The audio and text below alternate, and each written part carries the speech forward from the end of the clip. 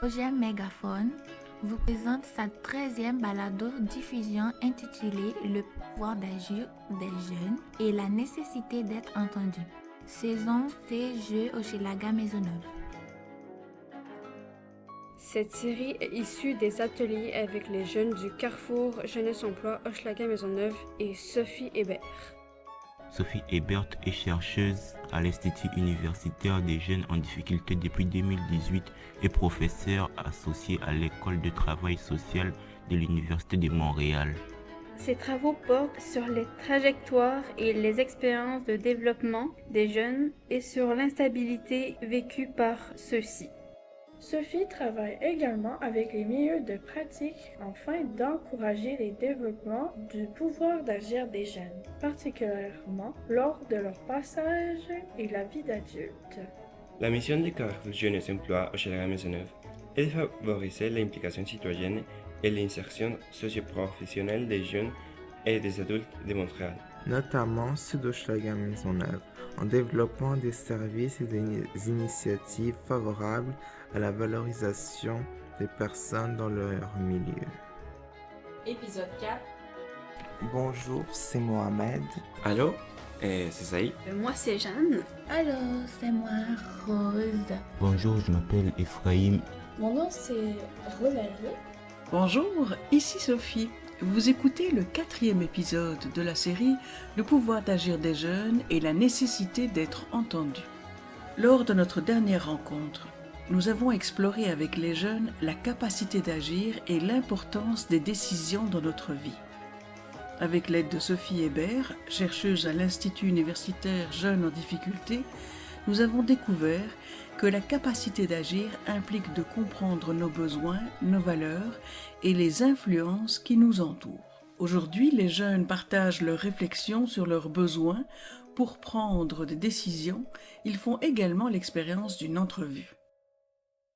Avant de passer aux choses sérieuses, on débute avec le jeu du dessin à l'aveugle. En gros, il s'agit de dessiner une image qu'on ne voit pas, c'est notre partenaire de jeu qui décrit l'image en question. Un jeu où on rencontre les défis de la communication. Quelques impressions. J'avais du mal à comprendre des fois ce qu'il essayait de m'expliquer, ce que je devais dessiner ou pas. Aussi, j'ai appris que c'est difficile des fois d'exprimer ce qu'on pense, parce qu'on pense quelque chose comme je sais pas, tu penses quelque chose, mais là, t'arrives pas à le mettre en mots, ce que tu penses, ou trouver les bons mots. Des fois, tu utilises pas les mots qui sont les mieux en rapport avec ce que tu penses. Du coup, ça devient un peu mélangeant de comprendre ce que tu essaies d'expliquer. Ça permettait de voir à quel point c'est des fois difficile de comprendre l'autre personne, même quand elle fait de son mieux pour expliquer. Ensuite, les jeunes ont réfléchi à leur façon de prendre des décisions. Ils ont identifié plusieurs besoins pour la prise de décision. On écoute Jeanne et Ephraim à ce sujet. Moi, ce que j'ai appris aujourd'hui, c'est que pour prendre une décision, il faut prendre en compte les besoins qu'on a besoin d'avoir pour faire le bon choix. Aujourd'hui, j'ai appris que faut toujours se poser des questions avant d'agir, tu vois. Faut pas foncer d'être blessé. On peut demander conseil aussi à des proches, des parents, des amis, de la famille. Les jeunes ont également discuté des différents adultes qui peuvent influencer leurs décisions. On avait comme déterminé qu'il y avait différents types d'adultes.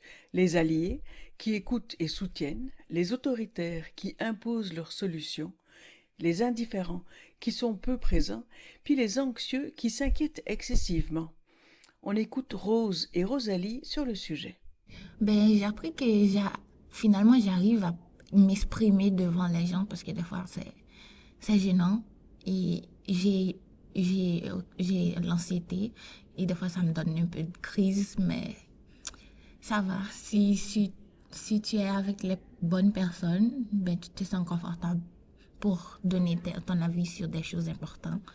Aujourd'hui, j'ai appris de moi que tout le monde dans la pièce que je suis avec eux ont des choses difficiles dans leur vie ou choisir des choix,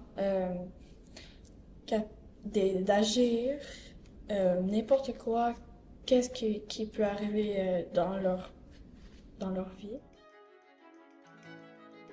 Dans la dernière partie de l'atelier, les jeunes ont réalisé des entrevues entre eux sur leur processus de prise de décision. Jouer le rôle de l'interviewé ou de l'intervieweur, c'est toute une expérience. Bravo à tous et toutes de vous être lancés dans l'aventure.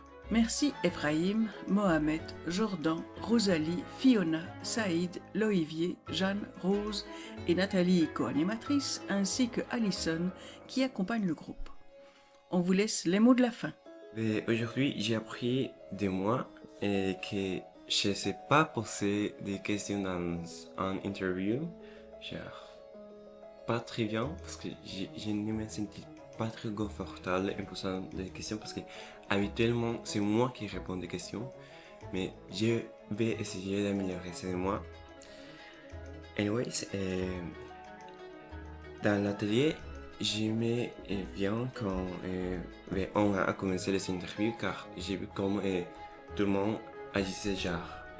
Comme par exemple Rosalie, elle posait des questions, puis Rose, elle répondait, puis c'était genre en connexion que ça marchait très bien. Ce que j'ai retenu aujourd'hui, c'est que pour une interview, une assez bonne interview, c'est que l'intervieweur doit quand même s'intéresser un minimum au sujet, ou au moins faire semblant de s'intéresser, parce que quand une personne, quand on a l'impression que la personne ne s'intéresse pas au sujet, ben comment dire que c'est un petit peu pénible, et c'est comme si que ça savait à rien qu'on en parlait, parce que ben, ça intéresse clairement pas l'autre personne, donc... Aujourd'hui dans l'atelier, j'ai bien aimé quand on a simulé l'interview. Ouais, j'ai bien aimé quand on a simulé l'interview. J'ai moyennement aimé genre les dernières questions à la fin, c'était un peu dur. Ce que j'ai pas du tout aimé, en fait non, il n'y a rien que j'ai pas du tout aimé, tout était correct. Dans l'atelier, qu'est-ce que j'ai bien aimé énormément, c'est l'entrevue, quand on parle avec une autre personne, puis là on posait les questions, ils nous répondaient à nos questions. Et le truc que ça me fait du bien, c'est que la personne avait confiance envers moi quand que je parlais. Ce que j'ai retenu aujourd'hui, c'est que tout le monde se sent confortable en parler envers le groupe et dire des expériences de leur vie. Et ça me fait confiance en moi quand je pose des questions, et ça me rend heureuse, honnêtement.